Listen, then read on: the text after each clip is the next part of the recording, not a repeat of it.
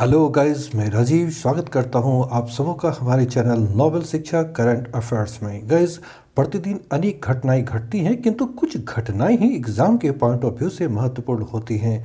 ऐसी ही कुछ चुनिंदा घटनाओं और उसकी व्याख्या को लेकर हम हाजिर हैं।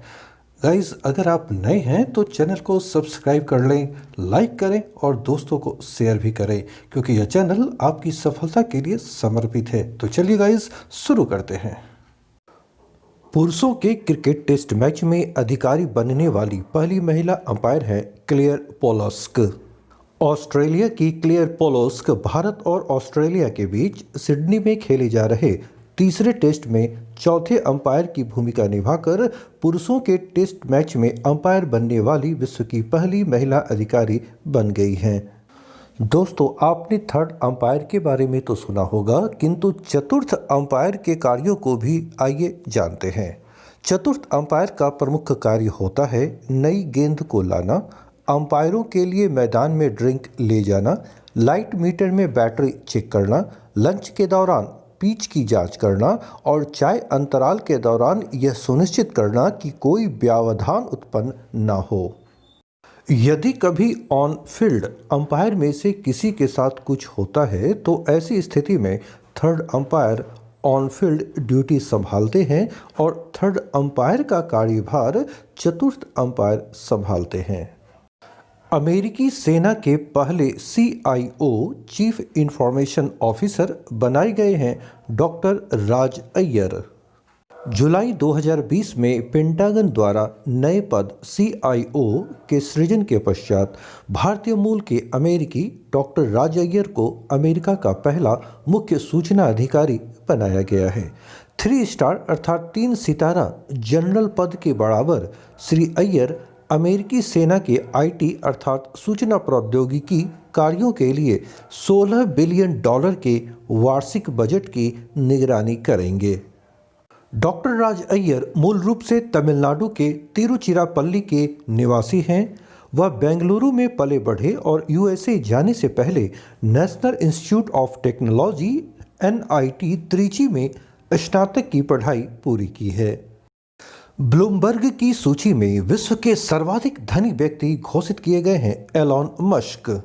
इलेक्ट्रिक कार निर्माता कंपनी टेस्ला और स्पेस एक्स के CEO Elon Musk Bloomberg billionaires index में दुनिया के सबसे धनी व्यक्ति घोषित किए गए हैं। उन्होंने अमेज़न के जेफ बेजोस को पछाड़कर प्रथम स्थान प्राप्त किया है। एलॉन मस्क की कुल संपत्ति $188.5 बिलियन, जबकि जेफ बेजोस की कुल संपत्ति $187 बिलियन बताई गई है। उल्लेखनीय है, 2017 के बाद से जेफ बेजोस ही विश्व के सबसे धनी व्यक्ति रहे थे। कॉलेज ऑफ सुपरवाइजर्स का गठन किया गया है भारतीय रिजर्व बैंक के द्वारा। भारतीय रिजर्व बैंक ने विनियमित संस्थाओं पर पर्यवेक्षण को और मजबूत करने के लिए पर्यवेक्षकों का एक कॉलेज ऑफ सुपरवाइजर्स नामक एक शैक्षणिक सलाहकार परिषद का गठन किया है। इस कॉलेज की अध्यक्षता RBI के पूर्व डिप्टी गवर्नर NS विश्वनाथन करेंगे। साथ ही इसमें 5 अन्य सदस्य भी शामिल होंगे। परिषद का उद्देश्य है उन क्षेत्रों की पहचान करना जहां कौशल निर्माण अर्थात अपस्किलिंग की आवश्यकता होती है। यह कॉलेज कौशल निर्माण से संबंधित सभी कार्यक्रमों के पाठ्यक्रम की योजना बनाएगा और उसे अंतर्राष्ट्रीय मानकों के अनुरूप विकसित करेगा।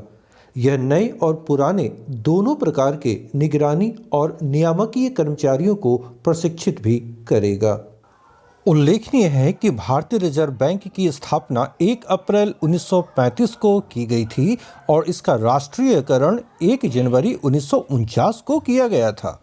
RBI का मुख्यालय मुंबई में है और वर्तमान में RBI के गवर्नर हैं Shaktikanta Das. Right under our nose नामक पुस्तक की रचना की है R गिरिधरन ने। भारतीय रिजर्व बैंक के महाप्रबंधक R गिरिधरन ने अपनी पहली पुस्तक राइट अंडर आवर नोज लिखी है। इस पुस्तक में उन्होंने पुलिस की नाक के नीचे एक हत्यारे द्वारा वैज्ञानिक की हत्या कर देने और फॉरेंसिक सबूत होने के बावजूद उस पर कार्यवाही न करने को दर्शाया है। सतर्क नागरिक एप्लीकेशन लॉन्च किया गया है केंद्र शासित प्रदेश जम्मू कश्मीर में। जम्मू कश्मीर के उपराज्यपाल LG lieutenant governor Manoj Sinha ने जम्मू में जम्मू कश्मीर भ्रष्टाचार निरोधक ब्यूरो का विभागीय सतर्कता अधिकारी पोर्टल और मोबाइल एप्लीकेशन सतर्क नागरिक लॉन्च किया है। भ्रष्टाचार के बारे में सहज जानकारी की सुविधा प्रदान करने और नागरिकों को आसानी से अपनी शिकायतों को प्रस्तुत करने में सक्षम बनाने के उद्देश्य से इस एप्लीकेशन को विकसित किया गया है। एशिया प्रशांत क्षेत्र में गूगल क्लाउड के प्रमुख बनाए गए हैं करण बाजवा। भारत में गूगल क्लाउड के प्रमुख करण बाजवा को अब एशिया प्रशांत क्षेत्र में गूगल क्लाउड का प्रमुख बनाया गया है। वह गूगल क्लाउड के प्रमुख रिक हर्समैन की जगह लेंगे। वर्तमान में करण बाजवा गुरुग्राम स्थित गूगल कार्यालय में कार्यरत हैं, किंतु अब उन्हें सिंगापुर शिफ्ट करना होगा। उल्लेखनीय है कि गूगल का मुख्यालय Googleplex Mount View California USA में स्थित है। वर्तमान में गूगल के सीईओ हैं सुंदर पिचाई। भारतीय मूल के सुंदर पिचाई का जन्म मदुरई तमिलनाडु में हुआ है। उन्होंने आईआईटी खड़गपुर से मेटलर्जिकल इंजीनियरिंग में डिग्री हासिल की है। My years with Rajiv, triumph and tragedy पुस्तक के लेखक हैं वजाहत हबीबुल्लाह। वजाहत हबीबुल्लाह ने अपनी नई पुस्तक my years with Rajiv, triumph and tragedy launch की है। इस पुस्तक में उन्होंने राजीव गांधी के पीरियड की उपलब्धियों जैसे शिक्षा सुधार, प्रौद्योगिकी मिशन, आर्थिक सुधार, पंजाब, असम और मिजोरम समझौते पर प्रकाश डाला है। साथ ही इस पुस्तक में उन्होंने बाबरी मस्जिद मुद्दे, बोफोर्स घोटाले, लिट्टी विद्रोही, शाहबानो मामले आदि का विस्तार पूर्वक उल्लेख किया है। वह कोऑपरेटिव बैंक जो अब वाणिज्यिक बैंक के रूप में कार्य करना आरंभ करेगी, वह है Shivalik mercantile cooperative bank SMCB। Shivalik mercantile cooperative bank Bharat का ऐसा सहकारी बैंक बन गया है जो अब स्मॉल फाइनेंस बैंक के तौर पर कार्य आरंभ करने वाला है। भारतीय रिजर्व बैंक ने इस सहकारी बैंक के वाणिज्यिक बैंकिंग लाइसेंस को अपनी मंजूरी प्रदान कर दी है। यह बैंक अप्रैल 2021 से शिवालिक लघु वित्त बैंक के नाम से अपने बैंकिंग कार्यों की शुरुआत करेगी। किसी भी अन्य वाणिज्यिक बैंक की तरह यह बैंक जमा और उधार लेने सहित सभी बुनियादी बैंकिंग गतिविधियों को भी संचालित कर सकते हैं। 16वें प्रवासी भारतीय दिवस कन्वेंशन 2021 का विषय था आत्मनिर्भर भारत के निर्माण में योगदान। उल्लेखनीय है कि प्रवासी भारतीय दिवस का आयोजन प्रतिवर्ष 9 जनवरी को किया जाता है। महात्मा गांधी इसी दिन 1915 में दक्षिण अफ्रीका से स्वदेश वापस आए थे। प्रवासी भारतीय दिवस मनाने का उद्देश्य है प्रवासी भारतीयों को अपने देश से जोड़ना। सर्वप्रथम पूर्व प्रधानमंत्री अटल बिहारी वाजपेयी के कार्यकाल में 9 से 11 जनवरी 2003 को नई दिल्ली में प्रवासी भारतीय दिवस का आयोजन किया गया था। इस अवसर पर अपने क्षेत्र में विशिष्ट उपलब्धि प्राप्त करने वाले भारतवंशियों को सम्मानित किया जाता है। कोविड-19 के कारण इस बार इसका आयोजन वर्चुअल ऑनलाइन किया गया है। इस बार 16वें प्रवासी भारतीय दिवस के अवसर पर मुख्य अतिथि के रूप में सूरीनाम के राष्ट्रपति चंद्रकिशोर संतोखी ने अपना भाषण दिया था। विश्व हिंदी दिवस मनाया जाता है प्रत्येक वर्ष 10 जनवरी को।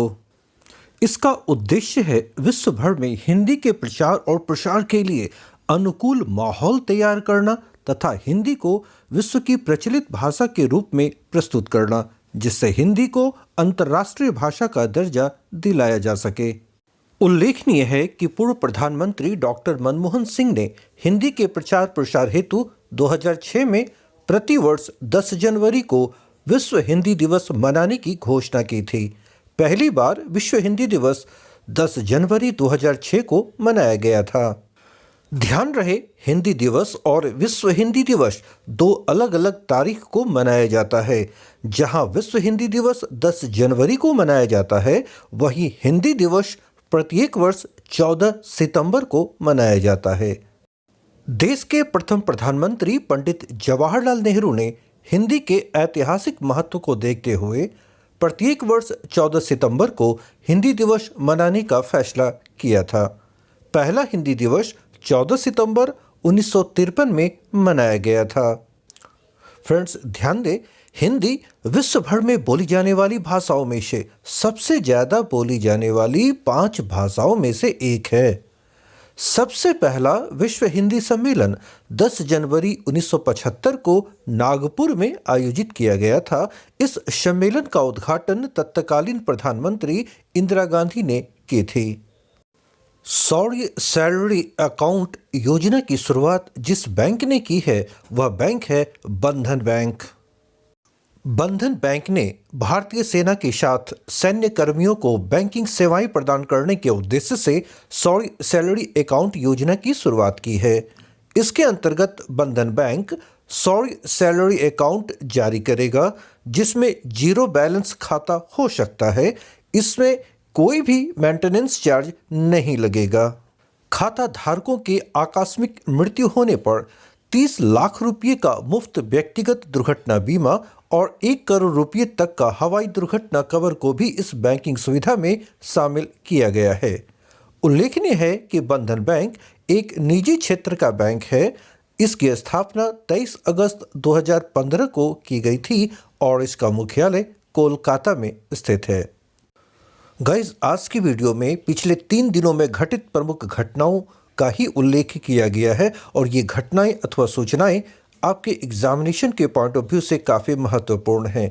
इस चैनल में उन्हीं घटनाओं का संकलन किया जाएगा जो एग्जामिनेशन के दृष्टिकोण से महत्वपूर्ण होंगे। ठीक है गाइस, अगर आपको ये चैनल पसंद आ रहा है तो आप इसे लाइक करें, शेयर करें और सब्सक्राइब करना ना भूलें अगर आप नए हैं तो। ओके गाइस, मिलता हूँ नेक्स्ट वीडियो में। Thank you for watching.